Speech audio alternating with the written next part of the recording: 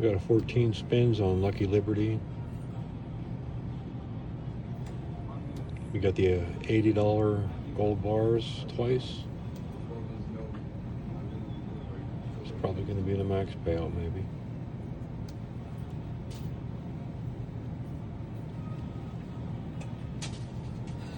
$80 again. I knew this thing was going to go off.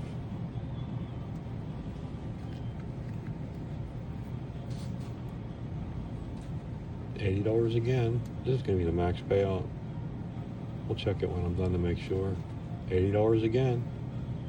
This is a rare max payout too on Lucky Liberty. I played it because the sevens were really high. Look where they're at on $1. Come on, look at that, $480 bomb.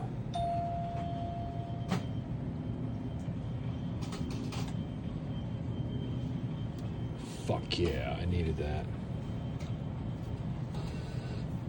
We'll check the pay table, see if it is.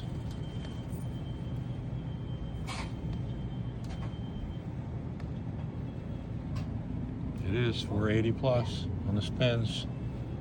Max payout, everybody. Thanks for watching. Like and subscribe, and we'll see you on the next video.